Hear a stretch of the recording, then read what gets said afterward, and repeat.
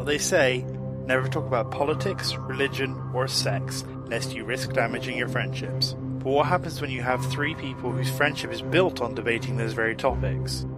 One's a believer surrounded by skeptics, one's a heterosexual surrounded by gays, and one's a moderate surrounded by extremists, and they're all hardly qualified. Introducing Hardly Qualified, a podcast recorded in prosperous Calgary, Alberta, where Will Connor, Rob Walker, and Angry Duck get together every week to discuss the issues of the day. Rob's on the left, Ducky's on the right, and Will is stuck in the middle. And here they are, hardly qualified to pontificate about the issues they're talking about. But if nothing else, they're entertaining. And welcome back, ladies and germs, to another week of Hardly Qualified. How is everybody today? Germs? And yes, Yeah, you did that specifically to get on my nerves about tonight's episode, didn't you? Absolutely, yes, I did. This is going to be the infamous feminism debate episode. Is it a good thing? Is it a bad thing? Or is it just a thing? So, to the left, as always, is Mr. Robert Walker. How are you today, Rob? I'm doing well. How are you? I'm good. I'm good. A little. I have to admit, I'm looking forward to this, but with dread. Oh. So. Apprehension. Well, I don't know. I think we're all. Well, yes, because I think Ducky and I will stay friends after this. Wait. But there's a sense that I have of. Let's assume we're friends now. The career-ending podcast. Well, yeah, I was thinking this was a pretty solid assumption, Ducky. Maybe we should have a chat offline. I'm just teasing. I know. So yeah, I'm looking forward to this. Yeah. And I've had a good week and also just spent the afternoon prepping for speaking at Metropolitan Community Church Toronto tomorrow evening, so good to go. What are you speaking about? They asked me to basically give my testimony, so talk about my journey as a Christian and as a gay man. So I was quite happy to say yes. Cool. Yeah. Is that your speech? Yeah, I am. Thanks for showing up. Bye. Yeah, exactly right. It's like yes. Can I sit down? No, it should be okay. They're giving me 15 minutes, and I'll clock in at just over 13 if all goes well. So that's fine. Good. That means you got time for questions or a joke, or a few jokes. Well, the really good jokes take a long time to tell, though. Fair enough. And how are you this week, Ducky? I'm sore and I'm tired and I'm not feeling well and I got a hurty ankle. What did you do to your ankle? I don't know. It's sore and every time I step on it, it spikes at me. So I don't know. But it's been giving me troubles for about 3 days now. Are you on days off? No. Saturday's always my last day, and then I have Sunday, Monday, Tuesday off. Except this week I have Sunday, Monday, Wednesday off because Tuesday I got to go back in for another training shift. Well, make sure you ice it or heat it or whatever it is you're supposed to do. Yeah, I'll just kick a hobo on my way to work. That'll make everything better. Oh God! Please don't. Such a classist asshole. You know that. At least you're consistent. Well, yeah, consistency for consistency's sake, I guess. I don't know. Well, it's also a joke. Yes. So that's where yeah. Yeah. So which is also the consistency. Yeah. Yes. Nothing is too I don't know if you just heard that in the background, but that's my other roommate. He's playing SimCity and he's at the other end of the room, but I have a super sensitive mic, so hopefully in post I can cut out anything he says or does if I'm not talking. But I am curious because I hear nothing but good things about the new SimCity. What do you think? I haven't played it. Has it launched but yet? I can tell you right off the bat that I'm biased against it because A, it's Electronic Arts, and 2, it's Origin exclusive, which right off the bat makes me very well, I mean, when it comes to EA though, any product you buy from Electronic Arts always comes with a free dish of misery. So, I mean, I don't know what that means. Well, it's because their games are produced by slave labor. yeah. Right. Did you Gotcha. hear about the lawsuit a couple years ago where the wives of EA employees were suing EA to allow their husbands to come home at a reasonable hour?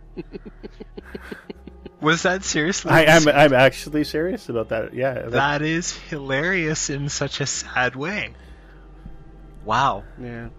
The video game industry is like that, though. Mhm. A lot of it is. it's I all hear about that. deadlines, right? So, Yeah. Makes sense. but they would never give their employees much time between projects, and there's always the threat. Well, if you don't do it, the Koreans will. Oh, okay. Yes, it would be such a bad thing if the Koreans actually made it, but never mind. Well, the Koreans have made quite a few games, but they don't really appeal to the Westerner because, like, there's a difference between, for example, a game like Aeon, which is a Korean game, Okay. and a game like World of Warcraft, which is a Western game. Right. Because for whatever reason, Koreans love to grind. I know, eh?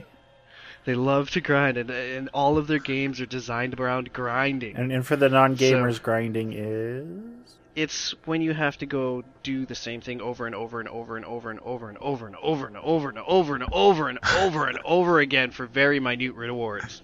So, you know Farmville, right? I'm sure a lot of people Yes. are familiar with Farmville and how you have to, like, log on to Facebook every day and tend your garden to get your virtual vegetables and everything.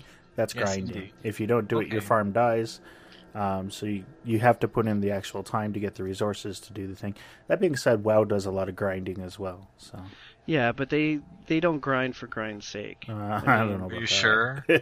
Well, they disguise it well. I mean, Okay. with the recent patch that they released, well, not patch, with the recent expansion, they radically changed their whole sort of viewpoint of how the game runs, and they've turned it all into daily quests again. So that's killed a lot of the interest that a lot of people have had. At least me and personally, and I know at least 5 people who have quit playing WoW because Mist of Pandaria is so daily intensive, and you have to do the dailies if you want to progress at all.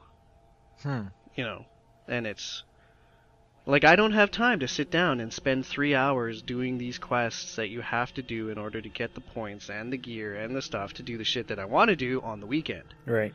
You know? Right. There's no pay for Where play is it- option? No, no, they're macro pay. Okay. So It's all side trades. yeah, it's a subscription. So Cool. but Hey, PlanetSide too. That's all I'm saying. oh yeah, but yeah, shut up. Nub. I'm not a gamer, so You know what? Neither was I until I got hooked on this game. We just had a server merge the other day, and it's been really great. So now playing, you can get about 1,000 people simultaneously in combat. Yeah, now imagine that's kind of stepping into the toes of what EVE Online is like, because EVE Online is 60,000 players on the same server. Yeah. In the same universe. Well, can both are made interact by with one Sony, another. right? So EVE's not made by Sony. Sony? Yeah. I thought it was a Sony property.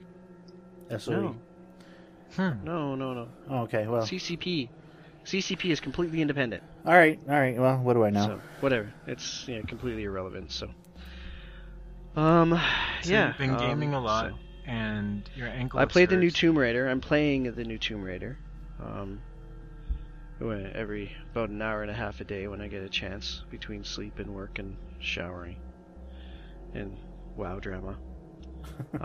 And so far, it's not like the Tomb Raider that we all know and love, which was platforms and puzzles. This is a lot of combat, sort of like Uncharted or Far Cry or Max Payne kind of thing. Very first-person shooter. Well, it's third-person shootery, so, but it's not solely that. But there are,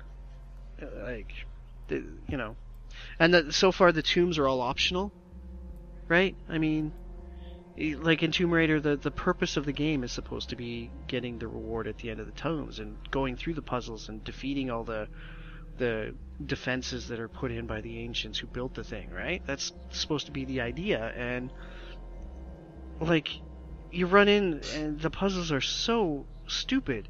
Like, I don't mean stupid as in like they're easy to solve. Like, you go in, and there's a platform you can't reach, but right there's a ramp. Okay. And the solution, the ramp is on, it's like a lever, it's on a fulcrum. So, the solution is to pick up a heavy thing and put it on the end of the ramp so it doesn't fall down, and then you can run up the side and jump onto the ledge. And boom, there you go! So the message of the day is the video game industry is failing Ducky. Try harder. Lest you be locked back in your offices and your wives have to come sue for your release again. Whatever. I don't know. It's just... I mean, as for the character... strikes again. As for the character... I alluded to it last week about how they apparently have changed the character or properly developed the character, except this is supposed to be like an origin story. She's like a college student on an expedition or whatever, and then her ship crashes and she ends up embroiled in this whole cult thing. I mean, it's nice that Lara Croft is finally a character, you know what I mean? Mm-hmm. Like, she has character, she's not just a character. Like a friend of mine referred to her as a pair of tits with guns. Right? Not anymore. Now she's, she has depth and she has breadth and she's, and all this stuff. But they've kind of gone the other way. Now, instead of being, now she's a superhero. The very first thing that happens in the game is you get speared through the abdomen, right through the kidney with a chunk of rebar. Which is something that would usually kill someone. Right? And she just reaches in, pulls the rear bar out, and then starts parkouring her way through the jungle. Right? Wow. Gets an arrow through the arm, breaks the arrowhead off, pulls it out, wraps a bandana around her arm, and then goes climbing up vine ropes and stuff. Haven't you ever seen any Brad Pitt movie ever? And I'm just like, are you fucking kidding me? And she, about halfway through the game, she falls out of the sky. Basically, she falls off the side of a mountain and she catches onto a parachute that's stuck in this plane crash thing, and it's all this quick time and events crap. Anyway, long story short, her parachute breaks, and she falls 300 meters through a forest canopy, banging every single branch on the way down. And when she finally hits the ground, that's when the giant gaping hole in her kidney starts causing her problems. And that's when she can't parkour. And it demonstrates that by the very first time you try to grab a ledge, your screen goes black and white and she goes, "Oh, it hurts too much," and she falls down. And so finally I'm like, that's the way the game should have started. And then the quest tracker is go find first aid. And you know what the first aid is? She finds a lighter, and she uses the lighter to heat up an arrowhead and cauterize her kidney. And I'm like, you have a fucking torch! You've been running around with a torch for the last 2 hours, and you have to wait for a lighter to cauterize an arrowhead? I just... there's campfires, and... Oh, so... Awesome.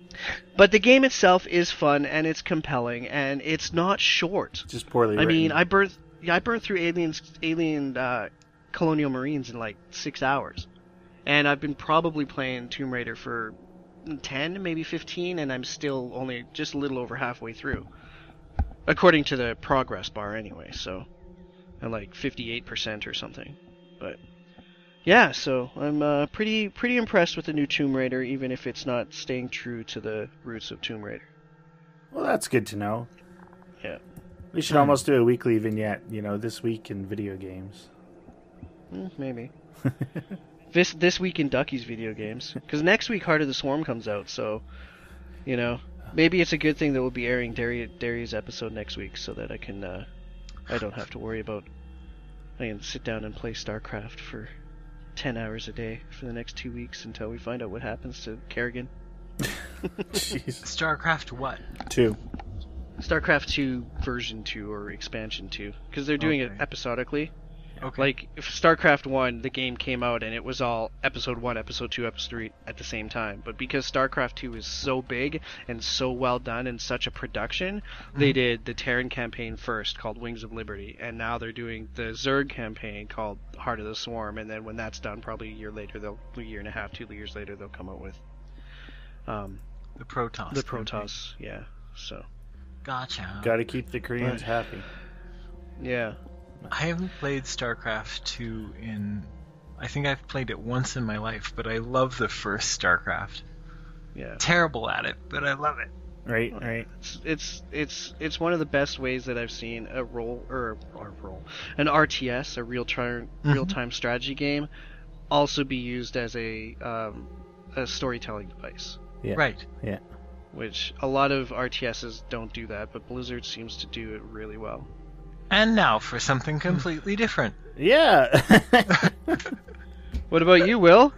What happened with the election, brother? The election. 132 votes difference between me and the other candidate. Or the other candidate and I. Out of, I think it was like nearly 17,000, or a little over 17,000. 1,700. 1,700. Yeah, 17,000 would be so weird because we only have 11,000 eligible voters. Gotcha. Sounds like election fraud to me. No, I lost by about a 7% difference. So that's good. Mm-hmm. It's really weird. Learning how to lose an election is quite the crash course. Well, very rarely do people win their elections on the first time. I mean, look at Danielle Smith, right? Yeah. So, well, look at, nearly every single, unless you got some kind of hook to trick people into doing it, the first time you ever run is rarely the time you win. I've always thought, like, when dealing with politicians or watching politics and you see the losers and they always give the concession speech and they talk about, it's time to rally behind the winner and it was all about the ideas and it was a great experience and everyone's like, yeah, that's bullshit. You know what? Actually having been there, no, it's really true. Like, you really get the empathy and the compassion for that process when even the guy I was running against, when I lost, he came up and gave me a giant hug and he was pretty, yeah. I don't. It was a great experience. I mean, I met a lot of people. The people that I ran with in other races, we've all gotten to know each other and exchange ideas, and we've got the conversation started. And with the largest turnout ever at Mount Royal. So. Oh wow! Congratulations. Yeah, 15% average in Canada is 10% for a post-secondary institution. So, you know what? I think that overall, in getting students more engaged in what's going on campus, both within the SA and within the university, it's totally worth it. And even if I haven't lost, at least now I have a credibility position. Sorry, even though I have lost, I have a position of credibility where I can still bring my issues forth to the winner and say, you know what, this is the groundwork. There was obviously support for it. Let's move on some of these things, right? So, yeah, right. And ultimately, that's what it's about, is serving the students better, not just getting paid. Because in all honesty, the pay sucks. Yes. Well, a lot of people seem to think that being a successful politician is about being powerful. You know what I mean? Like having the ability to wield the power, being in control, being in charge. And you will that's respect really my authority. Yeah, I mean, if that's your motivation for getting into control or getting into power, then you're the wrong person to be there. Absolutely. A lot of people don't see that government and governance is supposed to, at least, it doesn't always work out that way, but it's supposed to be a position of servitude to the populace. Yeah. Right. Not the other way around. The populace doesn't serve the government. The government is supposed to serve the populace. And I really felt that going through the campaign, it kind of became more intense and more prevalent in my mindset and my emotional state as the privilege of service.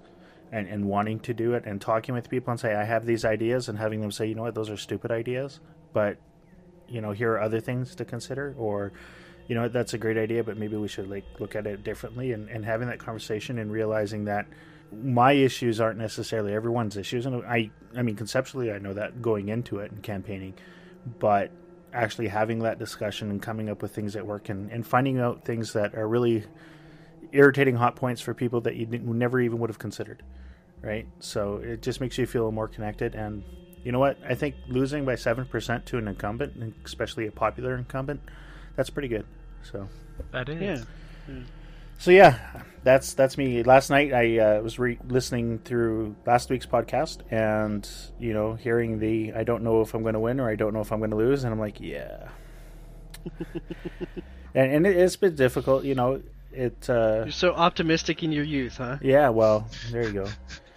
It's hard not to be bitter because I really wanted the job and I really wanted to work with the other candidates who won. Everyone I voted for won except for me. And so the team that I wanted to work with was put into place, and then I was denied the position, and so that was kind of like, oh, great. But it is what it is, right? So there's always next year. I've been asked to, apply for a governorship and whatnot, to be nominated for governor. I don't know if I'll do that, but who knows? It's been an experience, and I think anybody who stands up to run for politics, even if it's for a day or two, to put your name up, or let alone to see it through the end, win or lose, that's kudos. I actually emailed my MP towards the end of the election, and I said to her, you know what, I don't agree with how you represent me, and I don't agree with your politics, but I'm glad that you had the heart to stand up and do it. Yeah, because opening yourself up to the constant criticism, because as a politician, you're always going to piss somebody off. Yes. Right? I mean, there's no such thing as a universally loved politician unless you're like Kim Jong-il and you murder people who don't love you. Right? Then the or ranks. Hugo Chavez or whatever, right? Yeah. So, I mean, honest politicians are always going to have people who dislike them. Even objectively fair-minded people who aren't going to like what they do. So, it's guaranteed that you're going to have some criticism and somebody throwing stones at you, and it does take a lot of courage, and for that fact alone, there's a sense of admiration for people who not only run for office but actually have the strength of will to survive it out, to last it out, and become lifelong career politicians. The same sort of thing also applies in Churchland, because Brent Hawkes is a member of the Order of Canada, and he's the pastor of MCC Toronto, but I remember because I needed to sit down a couple times with him last year because of a organizational psychology sort of class, right? And he said, just let me give you a tip, Rob, after 35 years of leadership in organizations, that if you don't have 15% of the emails complaining, if you have less than that, you're doing an excellent job. So yeah, there will always be people that are complaining, even if you're doing a really good job. That's just the way it's going to go. And if you get no complaints, you're not trying hard enough. That's exactly what I was going to say. Actually, if you don't have 15% of your emails calling you names, then you're doing something wrong, because I mean, it's real. If you want to make everybody happy, just don't do a damn thing. Right. You're not being very effective if you're not pissing somebody off. Yeah, so that's Right? exactly what he said. But he said, yeah, roughly, if you're doing okay, if you're at roughly 15% negative responses. I said, oh, I didn't know that. Anyway. Well, I mean, that's pretty low compared to a lot of the other politicians. Like, W had like a 75% disapproval rating, and Obama's riding up around the 85% place now, and Harper's sitting at 50 or 55% disapproval. So I mean, 15% disapproval is pretty damn good. Mm-hmm.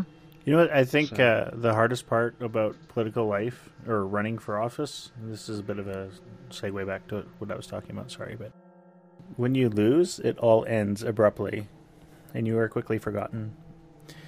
And that was a little disconcerting. Not that, I've been forgotten. People know me on campus now more than ever, but, the posters are gone. You're not spending 18 hours a day running around talking and stumping, and it's a very adrenaline-driven thing to campaign, and when it all ends and you don't win, you wake up the next day as your plain, ordinary self and have to put your life back together for everything that you've sacrificed and let slide while you were campaigning. And that was really a bit of an eye-opener for me. I mean, I think you have to do that win or lose, but if you win, at least you still have the forward momentum, right? When you lose, you've hit the brick wall, that's it, you've been denied.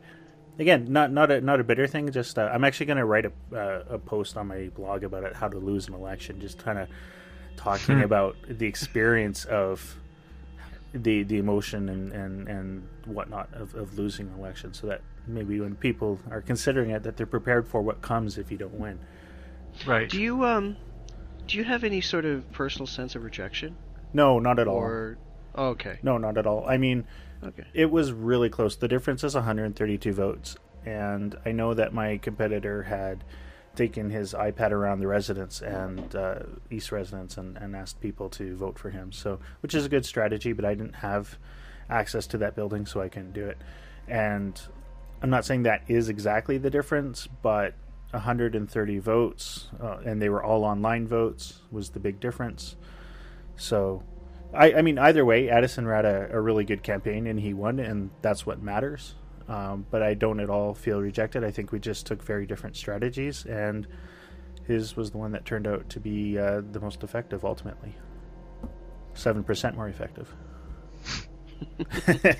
Just enough. Yeah. Just enough. Yeah. So. Okay, so today is our feminism episode. Absolutely. Right? The one we've been promising. Which means that Bob and I are both going to get a little heated, which means, Will, it is your responsibility to keep a tight rein on both of us. Right. Do you have a bell? Do I have horn? a bell? A air horn? Something that you my. can go ding, ding, ding, ding, and then Bob and I can respect the bell and not make noise. I will have to find something throughout I have scissors, but that's not going to... Does this sound help? Snip. No? Snip. I don't think I'd be able to hear that over top of my shouting. Yeah. So, because we do have roughly an hour to talk about this, and this is a huge issue, so we're going to have to be very diligent with our time use. So. Right. Yeah, I'll just yell at you guys. Okay. Sorry. Wow. Yeah, that's fine. I mean, that's... Because, I mean... We'll make sure like that that's edited out in post, though, so that it's not disruptive, but I'll just start talking over you guys. Yeah. Because you're kind of the novitiate here, so... I mean, Bob is heavily pro, and I'm heavily con. And Will's in the middle, right? So... Since starting to talk to you again, though, Ducky, I must say that I think my views have become more nuanced after encountering you, which I find really helpful, but I'm still not anti, and so my position will clearly be that feminism is not a hate movement. Okay, So... Well, there's a difference between anti and counter, too, right? But Yes. I'm okay. Before that needs to be my first question for you, Ducky. Is what is the difference between being anti-feminist and counter-feminist? And while that's a great question, you're not going to get a chance to answer it right now. So I want to start off with definitions of feminism. Let's take a break first. Oh yeah, We didn't get breaks. We didn't get breaks last time, so let's take a break this absolutely. You know, Fair. we got to let Rogers have their advertisement, so time. people The can go out free and advertisement. buy McLean's and Not McLean. not McLean's, yeah, and in Canadian Business and Chatelaine and Money Sense, and you know what? I subscribe to all those. I don't subscribe to Chatelaine, but I've been a huge Rogers Magazine subscriber for years, and it's a really good product. So let's listen to somebody not in our country talk about products that you can only get in our country. Hey there, HQ fan. Do you read Maclean's, Money Sense, Chatelaine maybe? Because if you do, you can go to the Hardly Qualified main page and click the Rogers button there to help support Hardly Qualified. You're going to read it anyway, right? So you might as well help out Hardly Qualified in the process, since we get a cut of any subscriptions earned through our site. And if you don't read any of the Rogers Media magazines, perhaps now is the best time to start. So remember, if you love the voiceover boy and you don't want him to get any more beatings, you'll read some magazines from the Hardly Qualified page. You don't hate voiceover boys, do you? And that's a pretty good reason why you should go to the Rogers Magazine store and click. The better reason is that we get a cut of whatever you subscribe to, so Yeah. which will probably not actually impact us at all financially, but you know, maybe we can get it's some probably like only a couple of T-shirts cents, but- printed and start giving them away. That's kind of eventually what I want to do. So Yeah. I mean, Set up every a week. PayPal account for donations. Yeah. Because that's the way, like, if you guys remember Maya, right? Mm-hmm. Maya, she's on tour is a right big now. fan of, yeah, and she's a big fan of Amanda Palmer, and recently Amanda Palmer made a TED Talk talking about the effectiveness of giving away your product for free and then relying on the donations of people who appreciate it. And I think that that is pretty much the way we should, consider all products. At least ones that don't have, like, fundamental investiture costs. Right. Because, arguably, other than our time, we're not really risking anything. We don't, we're not going to lose anything if nobody listens to us or takes us seriously or whatever. But well, there's our reputations. I guess. Yes. Although we got quite don't the destroy broad our reach. reputations. I mean, I was going through the logs, and we got people in, like, Saudi Arabia and Korea and Russia, and our Canadian listenership is dropping off for some reason, but our international listenership is quite expanding. So, Oh, that's good. Interesting. Yes, so maybe we should consider that if we're doing something that people like, maybe we should give them the option to financially support us. ask for $1 or a penny or two. Yeah. Oh wait, no, pennies. You can't do pennies. They're illegal, or not illegal, but No, they're not illegal. they're Oh my God. yeah. Anyway, so feminism. Rob, what is feminism in your understanding? Well, I just quickly looked up a couple definitions when we were just chatting just now. But as far as I know, feminism is a collection of movements and ideologies aimed at defining, establishing, and defending equal political, economic, and social rights for women. This includes seeking to establish equal opportunities for women in education and employment settings. That's from Wikipedia. I can run with that, but from my position, it also has a religious component, which is also that everything from your position has a religious component. But it has to, because my circumstance is the reason why I'm a feminist is because clearly anti-feminist stuff goes on in Christian churches. So for me, the experience of secular feminism and religious feminism are distinct from each other. How so? So from the religious perspective, there's a view in, I would say, the conservative strands of the monotheistic religions, but particularly Christianity, that sort of is very suspicious of women's leadership in the family, in society, and in the church. And so basically what some people call evangelical feminism is a movement that sort of says, well, actually, on the basis of even our own texts, there is no reason for men to intentionally maintain power over against women in any of those spheres of interaction. And so that religious definition is how I started to identify as a feminist when I was 18 years old. So, Okay. yeah. Well, I think that kind of stems from the whole belief that, it was Eve who corrupted Adam, right? Right. Adam just mean- stood there, though.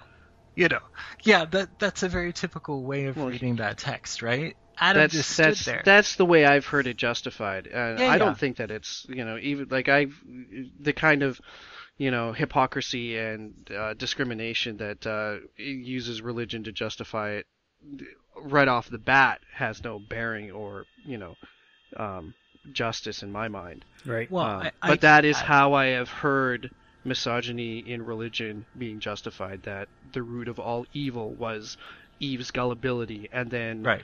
Her corruption of Adam. Right. That transfer of the dishonesty. So. And that is a very typical fundamentalist Christian view that I actually. Well, it's not just grew up fundamentalist Christian; it's also Islamic. Well, yeah, this is why And I there said the conservative branches of the major monotheistic religions all sort of make the same argument, but Yeah. the one that I know about is Christian. So I am implacably opposed to those sorts of attitudes within the Christian tradition, because there's no responsible or humane kind of interpretation that would justify it, especially in today's world. Okay, we're getting a bit off topic here, so let me. Well, I'm going to be coming from a Christian feminist sort of perspective, and so that already sort of puts me at an angle to where Ducky's going to be coming from. So that's one of the reasons I believe that feminism is not a hate movement, is because feminist impulses have been tremendously life-giving in the Christian tradition for women Christians. Okay. So that's part of where I'm coming from. Ducky, how would you define feminism? Feminism, as far as I can tell, is an ideology that is who uses the definition that Rob put forth, that it's campaigns for the equality of women. But the problem with that is that equality is nebulous, and it deals specifically and only with women, and not by focusing only on women. And that's a lot of where, feminism, runs into its troubles. It's an ideology that supports the increasing and ever-expanding rights and privileges of women without regard to circumstance or to, the greater social context, as Bob loves to phrase it. So can you explain to me why you believe that is, Ducky? Because my experience has been that reading feminist stuff, even at very popular levels, they are hyper focused on social context. Feminism is predicated on one basic concept, and that is patriarchy theory. Right? It was. The idea that... It was. No, it is. No. Okay, so let's talk about the history of feminism then. Yes, let's talk about the history. So within feminism, there's this idea of first wave, second wave, third wave, fourth wave feminism, right? Mm-hmm. Are you both clear? I haven't heard of fourth wave, but I might still be able to get there depending on the definition. Fourth wave is either the current, group, or it's not even existent. Yeah, I'm familiar with first, second, and third wave. Oh well, the fourth wave is probably my reading into it. I like a lot of my our listeners, most likely, hopefully not, but maybe, who knows, don't know a lot about feminism. It's something that I've only been exposed to as a concept beyond just the word feminism and equality, right? Typically, because that's the way a lot of people see it. That it's a lot of people have been taught that feminism is equality for women, and nobody can really right. So and deny that. So personally, I've never gone beyond that until the last couple of months when Ducky and I have started talking about this. So, if I'm wrong, if I say something that sounds wrong, chances are it probably is, and I'll cop to that. So. First wave feminism is, who wants to take that? Give us a rundown, if you can, between first, second, and third wave feminism. We'll start with Ducky, and then Rob, if you want to counter any of his points. Sure. As far as I'm aware, first wave feminism was in the Victorian ages, late 1800s, early 1900s, around the times of the suffragettes. When political disenfranchisement among the non-landowning members of society was really, really high. And there was a large movement to basically say, look, all citizens, because the way the social structure was set up was that, you had an aristocracy, and there was, if you owned land, because you owned land, you had an investment in the well-being of the country or the nation or whatever, and because of that, you were or should have been allowed to have input into the decisions made that would represent it. So the test of whether or not you could vote was, did you own land? Right. Right? As far as I know. Yes. When the Industrial Revolution hit, a lot of that, the decisions that were being made were becoming they were affecting very much the people who didn't own land, and they needed to have some kind of representation. So they started, the men at least, went and said, look, we want the ability to make input into government decisions. And the government said, okay, but landowners have an inherent risk, and they pay for their right to make decisions by being landowners and by bearing the risk of any of the decisions that are made. What kind of investment are you willing to make that's common to that? And the decision was made that if you want to be able to participate in the political discourse, you had to do so by submitting your bodily sovereignty or whatever to the will of the state. And that was what's the word I'm looking for? Sorry, I'm tired and I'm not feeling well, so my brain's not working as well as it could be. But it came about in the method of conscription. Was basically that you had a duty as a non-land owning male to support the state in times of war should you want the right to vote. And so this idea of conscription has been inexorably tied to the right to vote. And even to this day, in the United States specifically, men do not have the right to vote if they do not sign up for the draft.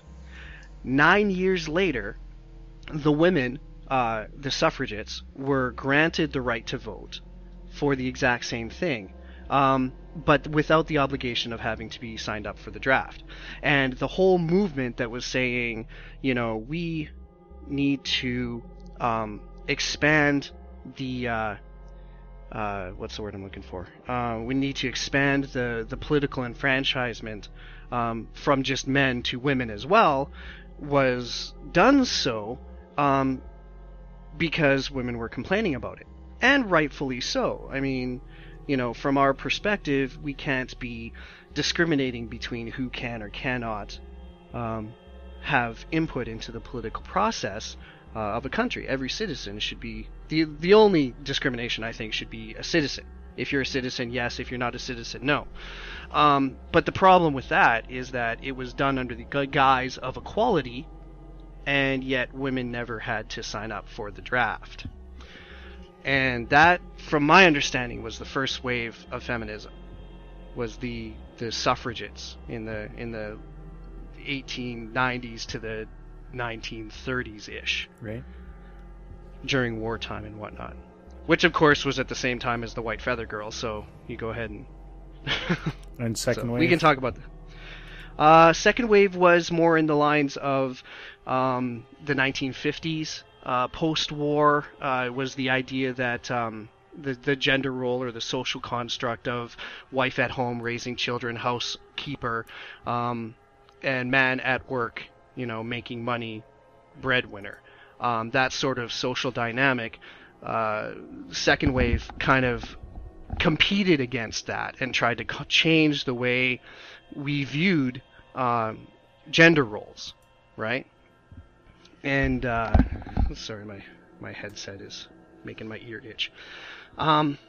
So second wave, as far as I'm understanding it, I could be wrong, but is the rush between the 50s and the 80s to sort of drive women into the workplace and to sort of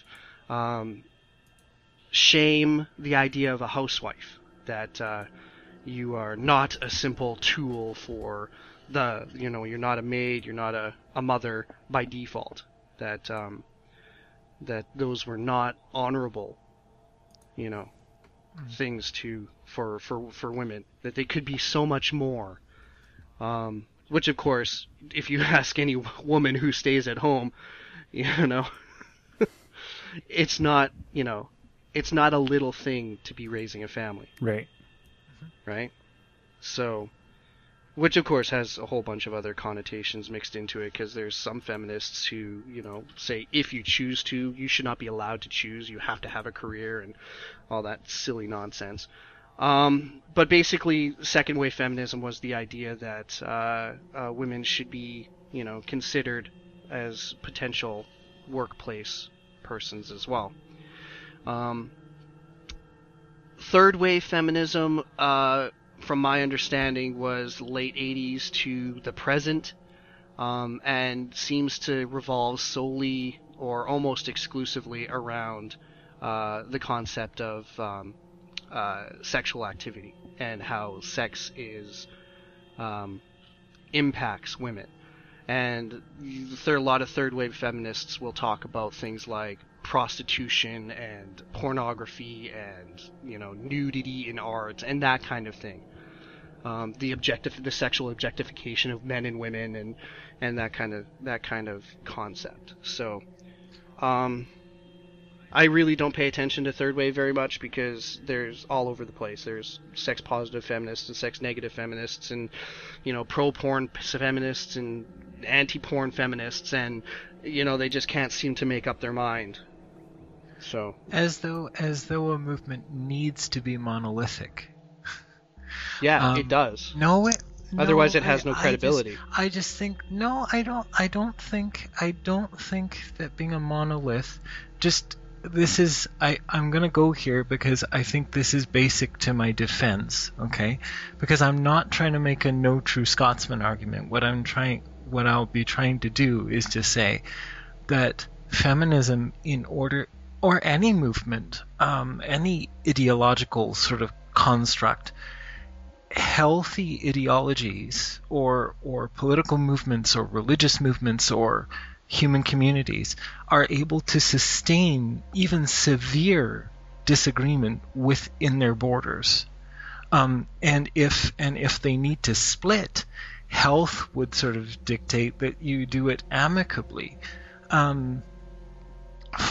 So I just don't buy the view that you need to be a monolith in order to gain respect. You certainly get political clout. I didn't say respect. I said credibility. Okay, so respect is different than credibility. Sure, granted.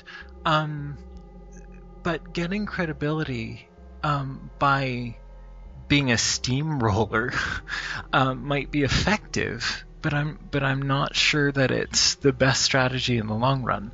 So having said that, I don't think I actually fundamentally disagree with any of your definitions, Ducky.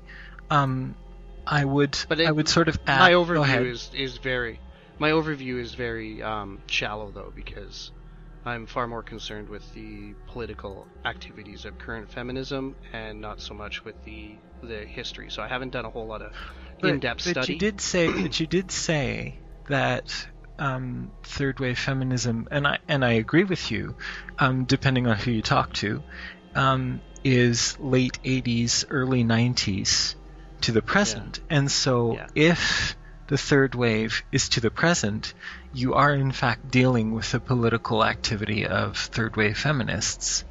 One of the things that I understand is a distinct... What are you talking about? The women having the right to vote without having to go to war is a result of first wave feminism, but it very directly has a very physical impact in the present. So the idea that only third wave feminism is current political structures is not true. Of course you're building on the assumptions of previous waves.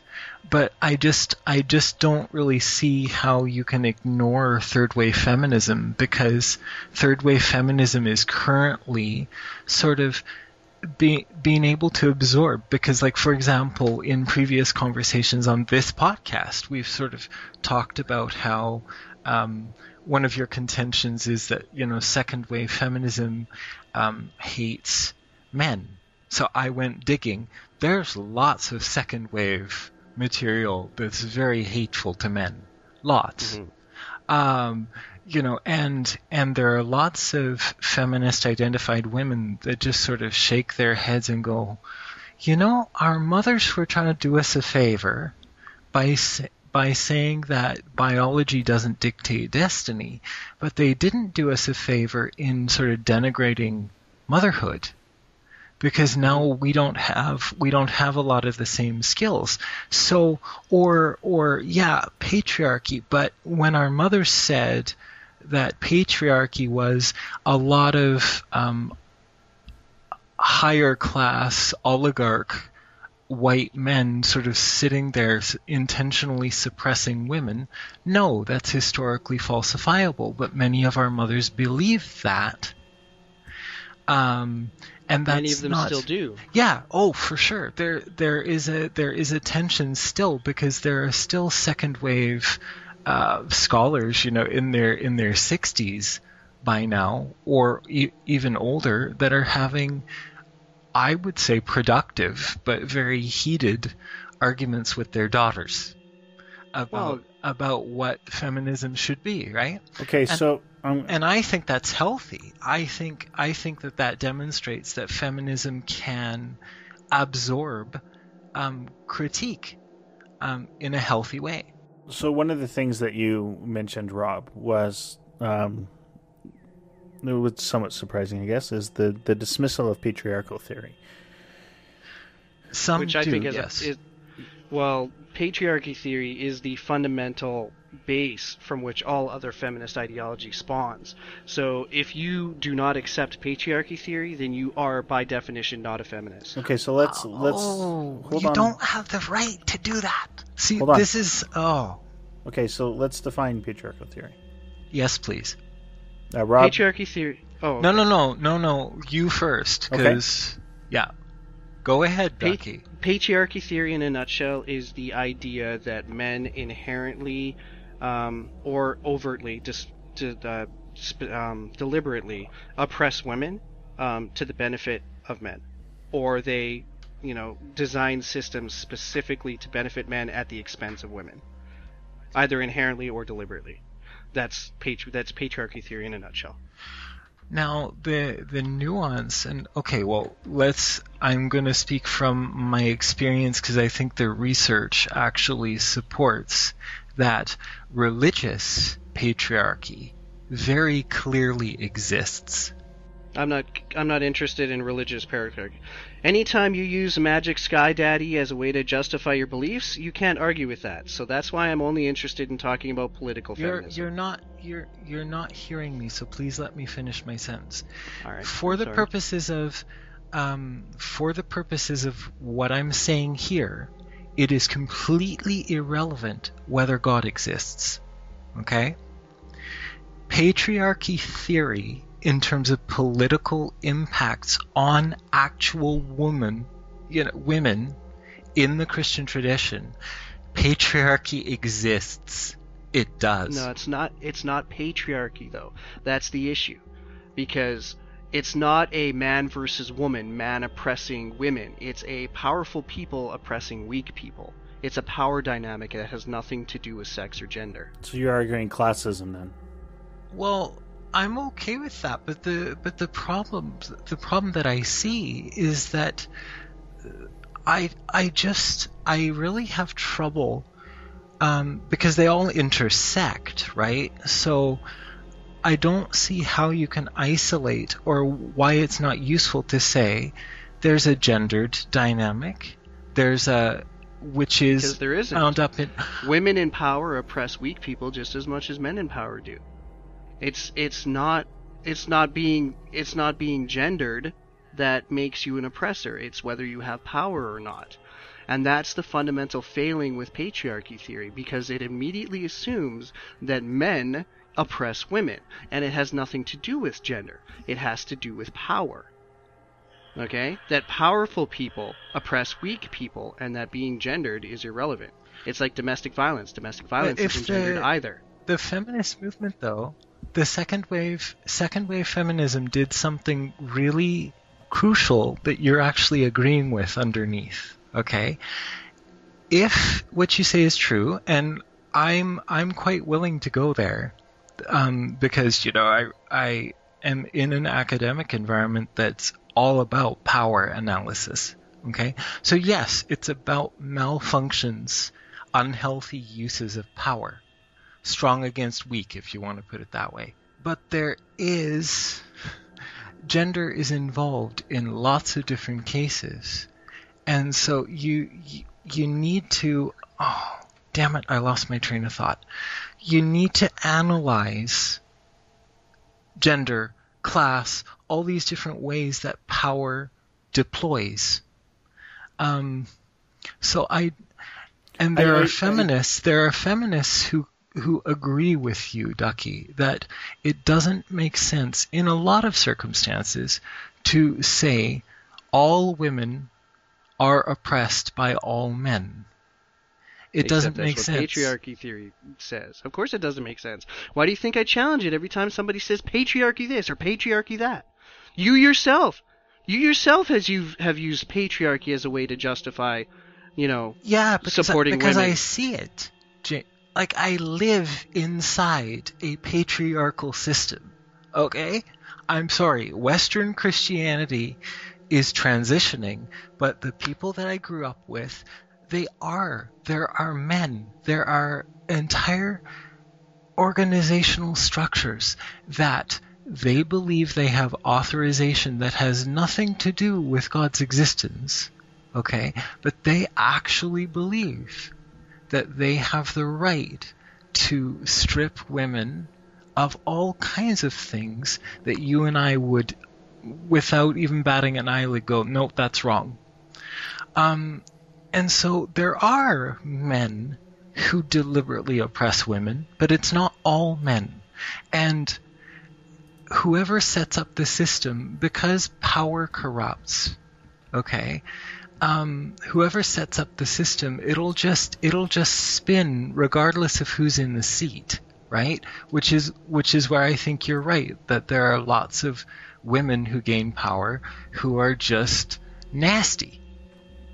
And there are... Can you say Harriet Harman? I don't know who that is, but I'll just... No, she's she's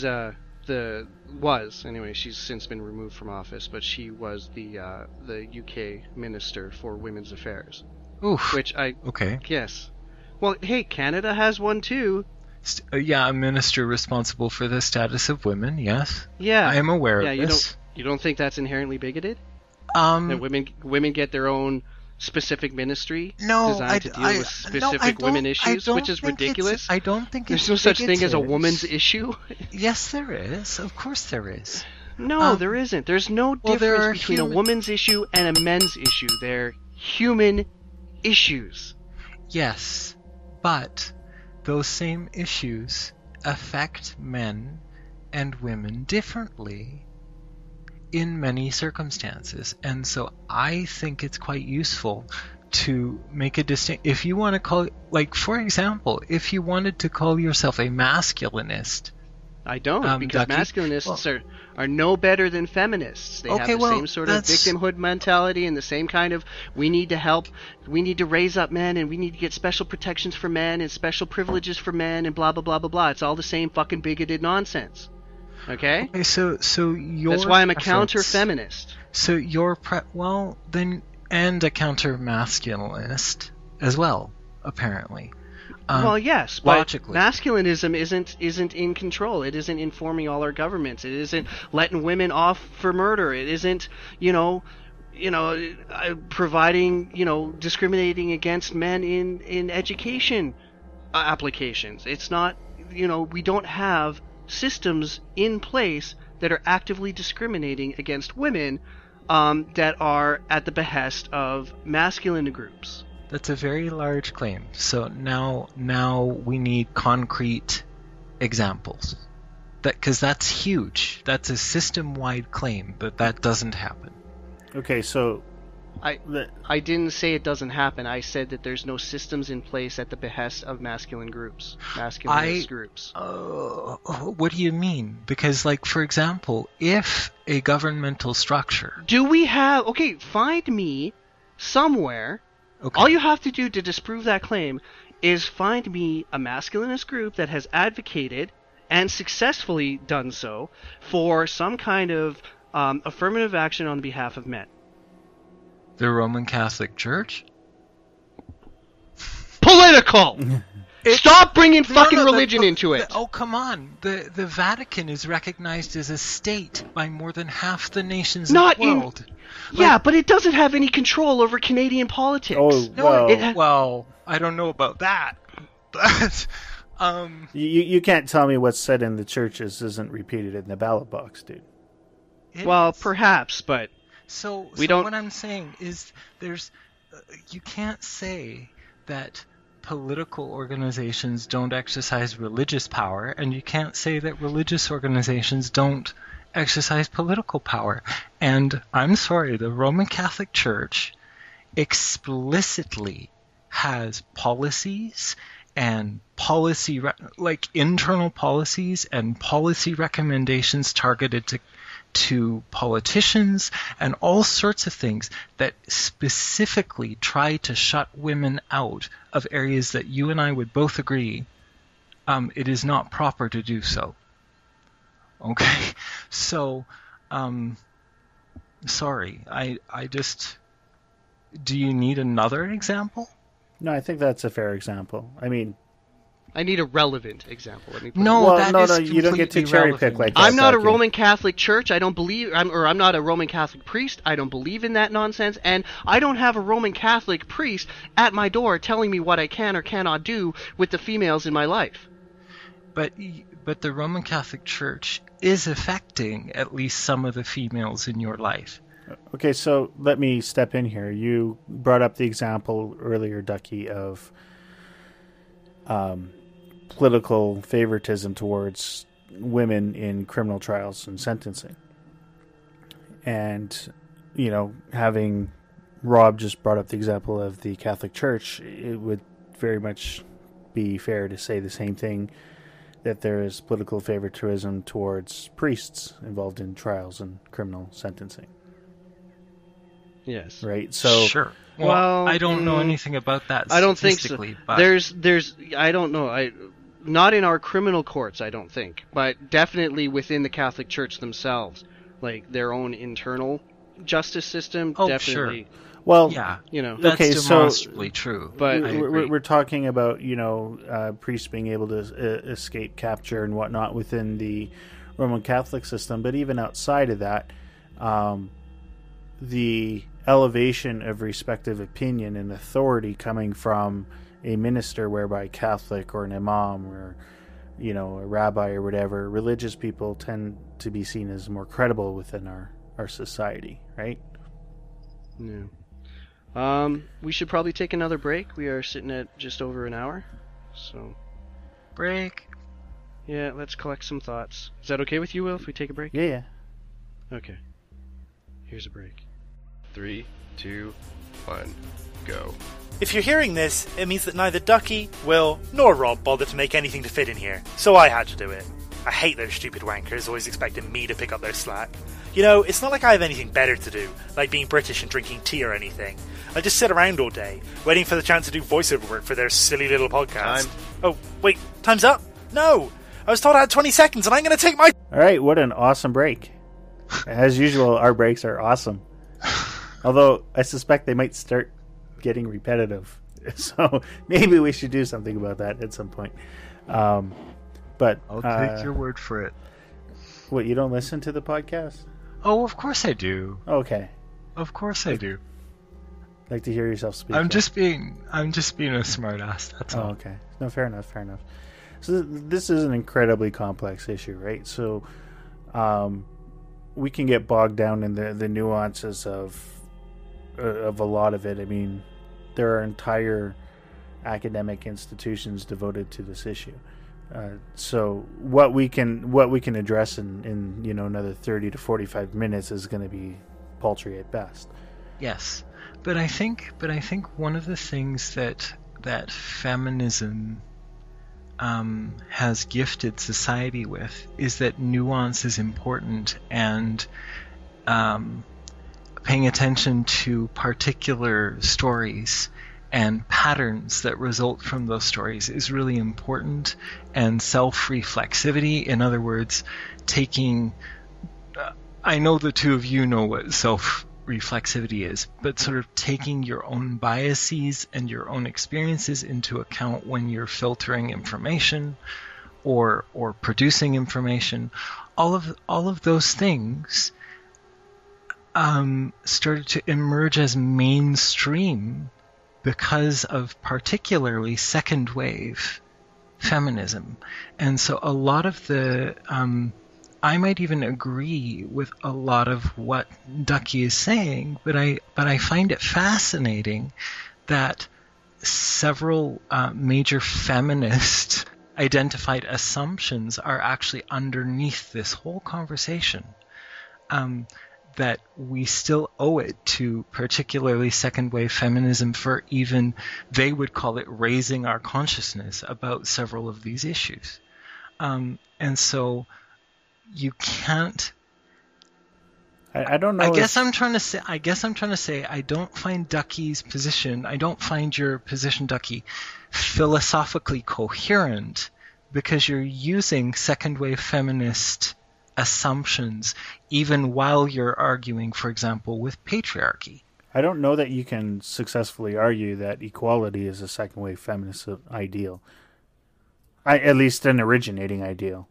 Well, I think that equality... Well, equality is such a nebulous term as well. I mean, by what metric do you... Right. That's it. What I think we're supposed to be... Like, men and women are never going to be equal to each other for the same reason that black people and white people will never be equal, and Christians and Jews will never be equal, because they're different. By definition, people that are different are different. They can't be the same. Right? Well, I think... right? I think that that's one very, very narrow definition of equal, because, like, for example, if I say equal that's why under you the can't law, say. That's why I'm saying it's nebulous. It can mean so many different things. So instead of using the term equal, we want to use the term fair treatment. That everybody is treated the same regardless of gender. And I don't think that is an argument. Is that something that you would disagree with, Bob? That gender should play a role in how we decide to treat people? About which laws that they apply to and which protections they get and that kind of stuff? Because that's my fundamental opposition to feminism, is that I believe, personally, that your gender is irrelevant. Your sex, let me rephrase that. Your sex is irrelevant. Okay? Okay, so how are you defining sex? Like, whether you have an XX chromosome or an XY chromosome, whether you're male or female. Okay, so we understand that there's, or at least I know the three of us understand that there's a range of sexuality and gender identification, but I think that we can agree that for the purpose of this conversation, gender and sex will be restricted to male and female. Oh, well, I know that's ideologically problematic from a queer perspective, but just in terms of this very narrow argument, can we do that? I'll try. All right. The issue is that I think that feminism as a movement has as a series of movements, in fact, have flagged that what we just did for convenience sake, right, has political consequences that actually exclude real live bodies and real live stories from larger conversations. And so, for convenience's sake, we're saying that sex is male and female. Sex is male and female. No, because they're intersex people. So yes, but you still either have an X chromosome or a Y chromosome, and that's what determines your sex. Okay, not but solely. Okay. So I acknowledge the existence of a Venn diagram in sexuality here. What I want to do is not get wrapped up on that, because that's really not the issue. Okay, but my point just was, so I'll say it slightly differently. Okay? Feminism as a series of movements please pay attention to my rhetoric here very closely. Feminism as a series of movements has pointed out the political effects of what we just did in this conversation for convenience's sake. Okay? Number one, by differentiating between sex and gender, where it was not self-evident before. So, again, even if we limit it, and I did promise I'd try, so here it is. Even if we do limit it, we're still using feminist assumptions, because they're the ones who flag them. No, the feminist for us. assumption is that gender is a social construct. It not is that a gender social and sex are- construct. No, it's not. We've gone into this already. It's a biological construct. It's the result of the differences between men and women, between male and female, between X and Y. That's one way to look at it. There are other ways of looking at it.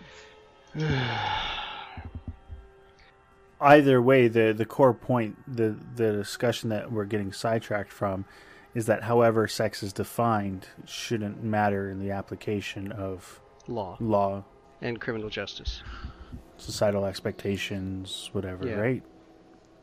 We're talking about kind of an egalitarian equality type base. I'm an egalitarian. I consistently use that term when I describe myself. Yes. I'm just uncomfortable because there's a liberal tendency generally, at least in liberal people that I talk to. So I'm speaking as someone who's pegged on the left, at least for the purposes of this podcast, that there's a problem about it's a very typical liberal argument to say aspect X of who a person is doesn't matter.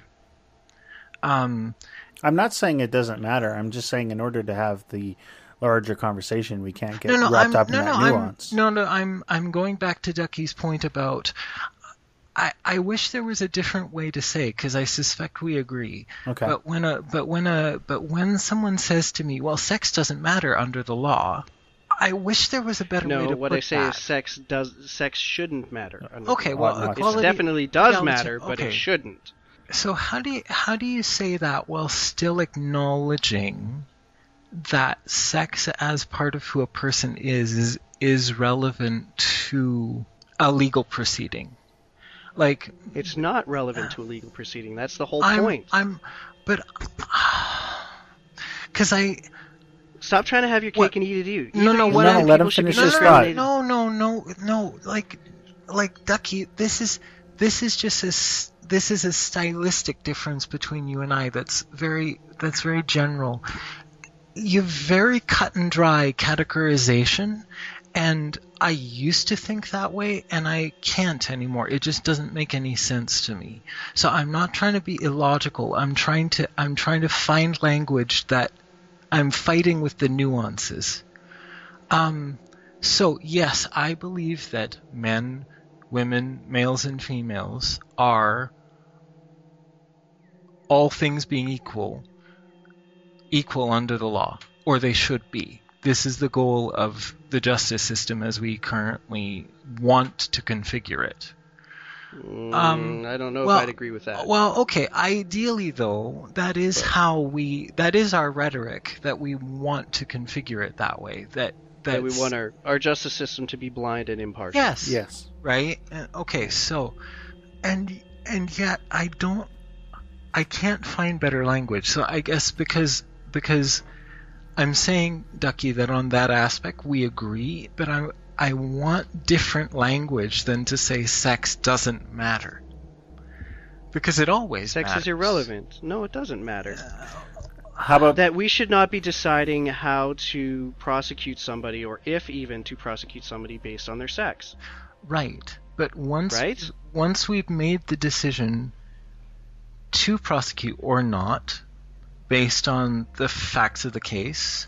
Why can't the system be agnostic to the ideas of sex and gender? Let's put the question that way. Right.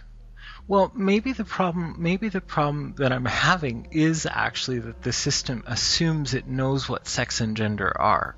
Maybe that's the problem I'm having.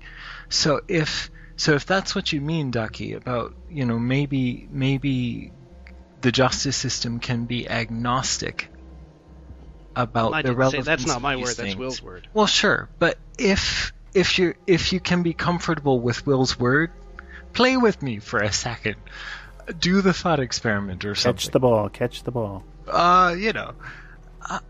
Yeah, like I think I could be comfortable with the justice system is agnostic about a whole bunch of things, unless it actually becomes, in the course of investigation, a relevant factor. Yeah, I can live with that. What do you think, Ducky? I don't know. Okay. Okay. Put it that way. I'm not comfortable with any time somebody uses, sex is a relevant factor, or gender is a relevant factor, or race is a relevant factor, because that is inevitably going to be used to try to advocate for special treatment based on race, sex, gender, age, height, color, whatever. Okay, so his proposition included two parts. One, that the system be agnostic, and two, that it surrender its agnosticism when materially relevant. So I think you would agree with the first part of the proposition, but not the second. Is that correct? Yeah, because it's supposed to be impartial, and impartial doesn't mean when, it's always supposed to be impartial without bias. This goes back to our So- conversation that we had last week then. Yes. I think, okay, so I'm not disagreeing with you in principle. So let's think this through. We're still getting way sidetracked from our feminism No, debate. well, We've only no, got 'cause about 10 minutes left, guys. Well, but I think this is, at least for me, because of what I said earlier, this conversation for me is about feminism. If I'm sitting there and I'm like, I think I figured it out. Okay, Ducky, when you think about who you are as a person, like how, like your what philosophers would call your subjectivity, right? Your thinking subjectivity. Do you believe that you would still be the same person, have the same subjectivity, if you didn't have your current gender, race?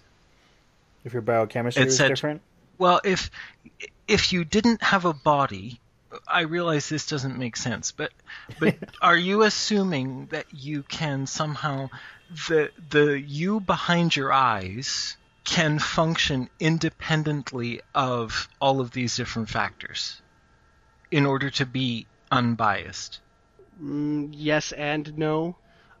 Okay. I mean, my ego would like to say yes, that,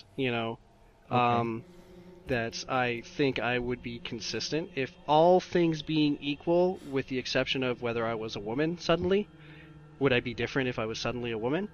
But all else things being equal, no, I don't think there would be much difference, if at all. However, that being said, okay. I understand that our personalities, who we are, is a result Right. of our experiences, of our biochemistry, of our biology, and if any of those things were radically changed, the person who I am right now would be different. And so, biology, biochemistry, gender, race, history, right, experience, right, is in fact relevant to whether or not you can be unbiased in the first place. Because now technically I realize our system says this should be able to occur. Okay, but what does that have to do with justice? But if I'm a judge, right, and I was born really, really poor and managed to get through school and rise up through the ranks, and I'm now, a circuit court judge sort of thing, and I'm male and I'm black. Will I be, without a lot of hard work, will I be impartial when I encounter? That's why you have checks and balances in our justice system. Yes, but that's why we've got 9 Supreme Court justices.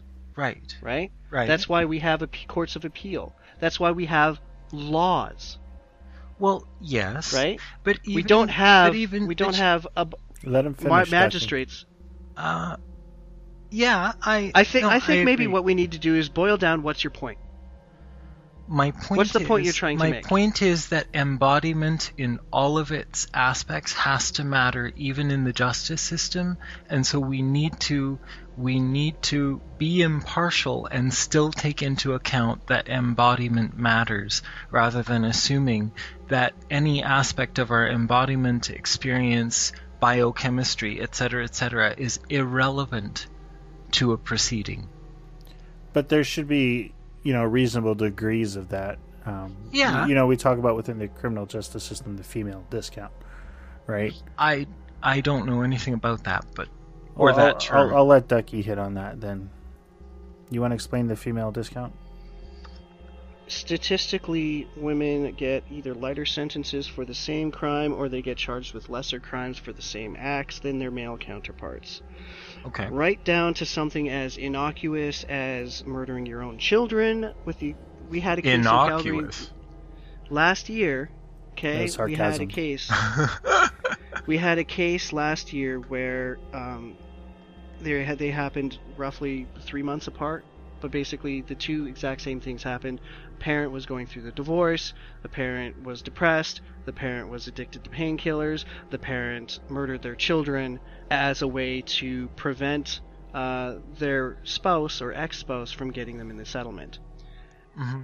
In the case where it was the man, he was convicted of 3 counts of first-degree murder and was sentenced to 27 years in prison. And in the case of the woman, she got off scot-free.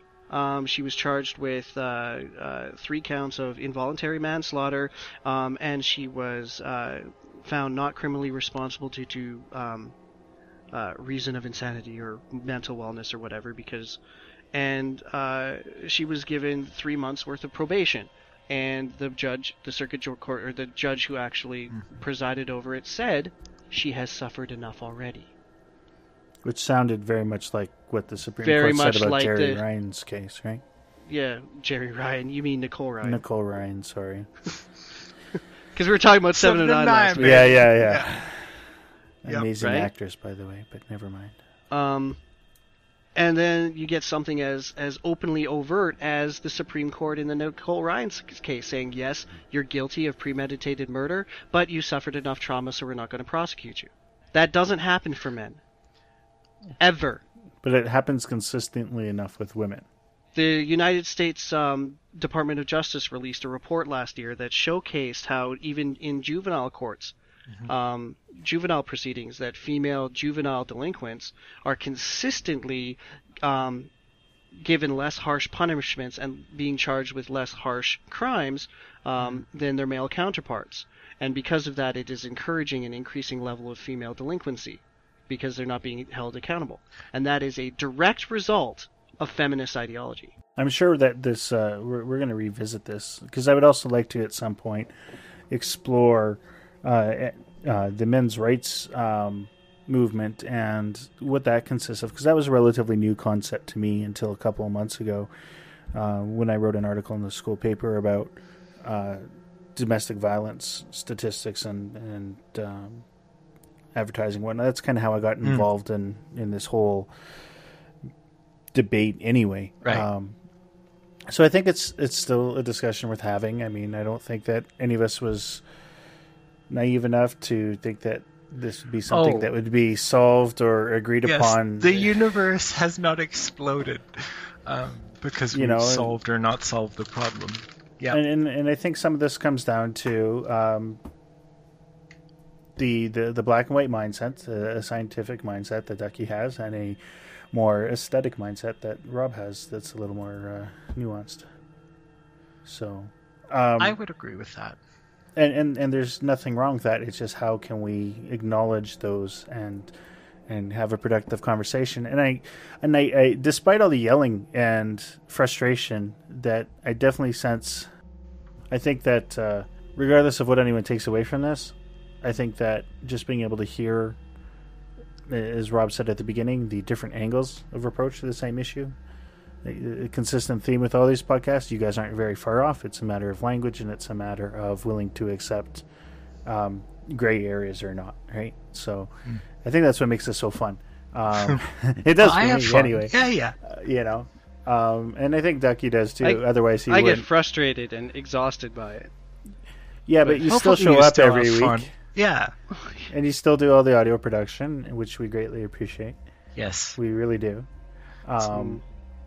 Yeah, so let's... we're going to end off with a song from a gentleman by the name of Byron. His blog, or his website is triggeralert.blogspot.com. And it's called The Hatred of Women. It's really good. It's a bit long. It's about 8 minutes long, but he was kind enough to send us the Studio Master recording of the song when we approached him. So we're going to air the whole thing. You really got to listen to the lyrics to hear where he's coming from. It's a pretty good story, and it's not what we would necessarily intuit based on our culture. So he found, and he indicates in his blog that upon writing the song and starting to talk about feminism and whatnot, it cost him a lot of friends, it cost him a lot of family, and a lot of heartache. So this is a really difficult subject to talk about, because we're talking about the nature of rights at a very fundamental level, who deserves them and who doesn't, and how they're executed. And a lot of people prefer just to walk away and not even approach it. And I really got to applaud both of you guys, and just kind of all of us, the podcast in general, for being able to stand up publicly and say, you know what, we don't know the answers.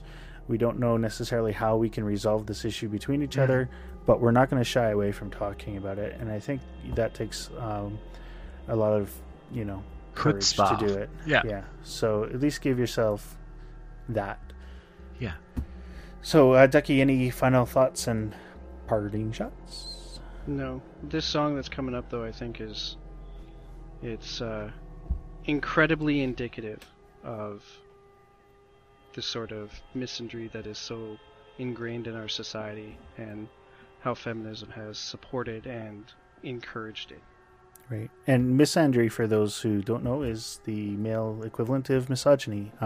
It's not in a lot of dictionaries, and it's something that a lot of us are familiar with hearing. You're going to be hearing a lot of it in our podcast. So just become familiar with that. The word misandry, as opposed to a lot of hatred of men. Yes. Yes, absolutely. Thank you for clarifying that, Rob. And any final thoughts, parting shots, Rob? I'm actually really grateful for this conversation, and I would just like our listeners to know I am the least techie person on the planet, and these two guys are very, very deeply helpful to me, even in minor technical stuff, setting up for this podcast. So, and they're just patient with my slow way of speaking. I'm grateful. Well, the listeners don't know about that, because I delete out a lot of the yeah, so this is why I say my or I try to anyway. Oh, okay. Well, there you go. Sometimes if I'm under a time crunch, I just say, "Well, screw it. You guys can all sound as retarded as we want to." Right. Understood. So. All right. Good. And the podcast is alive. My last thought is, you know what? It's now your guys' turn for joining in the discussion. If you want, on our website, you can click email the hosts. There's a form there. You can be as anonymous or as unanonymous, I guess, as you would like to be. Let us know what you think. Join in the conversation, and we'll talk to you next week. And here it is, The Hatred of Men from Byron.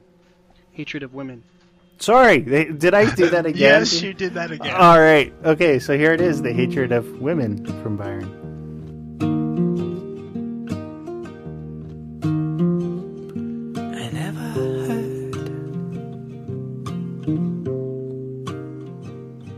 My grandpa speak a simple man, mild and meek. He went to work, he went to sleep. My grandma told us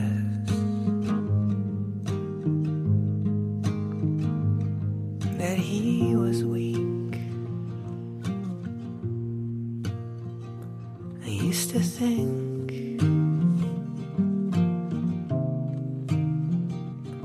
men had too much. Thought the world could use a woman's touch. Was told the promise would be worth the trust. And we'd all be one.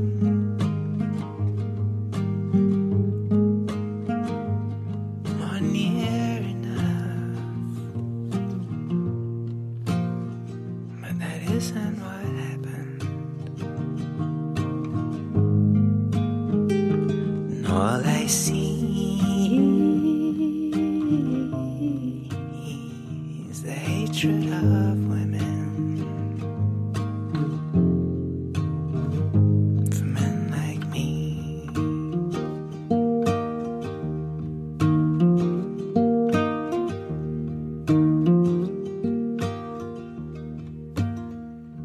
Men have no doubt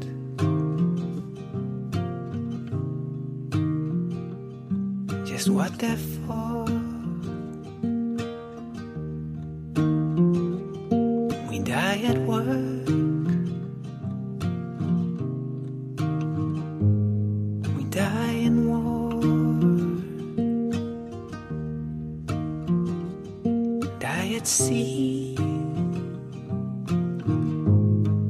As the lifeboats float ashore.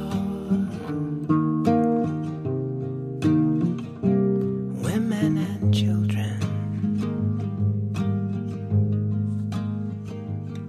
all aboard.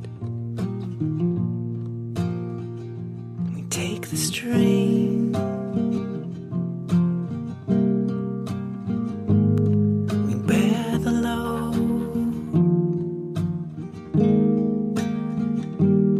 Build the bridges. Sweep the roads. Build the houses that make the homes. Pay for others, but live alone. And the more that it happens, the more I see the hatred of women for men like me.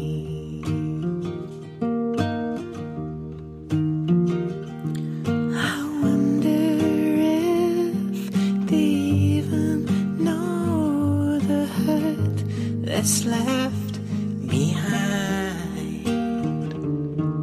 There's nothing good can ever grow inside a poisoned mind. And the more I go looking,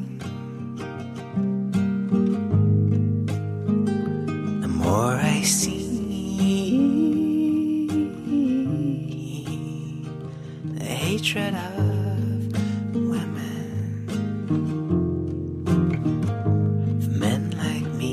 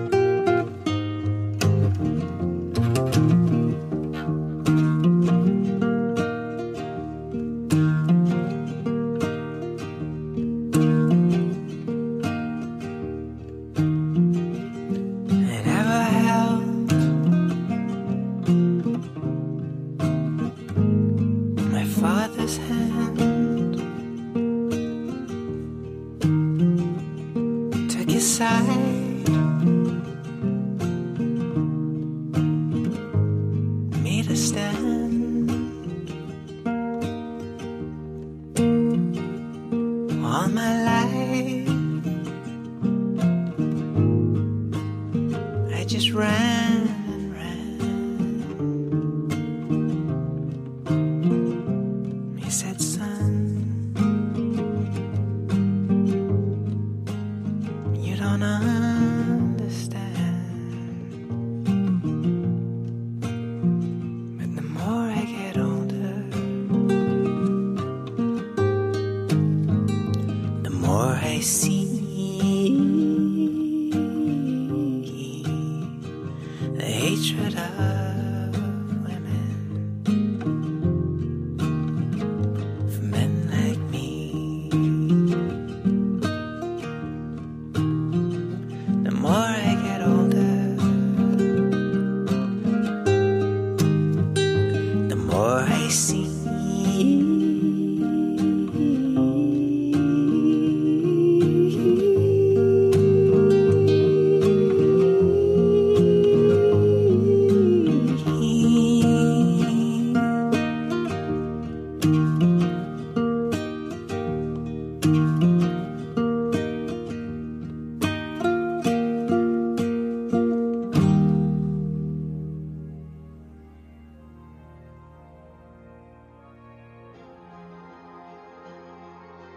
Thank you for listening to Hardly Qualified. Our website can be found at hardlyqualified.ca, and there you can download episodes, leave comments, and check references and links mentioned in the shows. The hosts are on Twitter. Will is at Will Connor, Rob is at TheologyWriter, and Ducky is at angryduck_HQ. They can also be reached by email at will, rob, or angryduck@hardlyqualified.ca. All music, unless otherwise specified, is from the game EVE Online and is property of CCP Games. The music can be found at community.eveonline.com/downloads/music. No copyright infringement is intended. The podcast is recorded on Saturday afternoons and scheduled for download the following Friday, which can also be found on iTunes. Thank you, and tune in next week.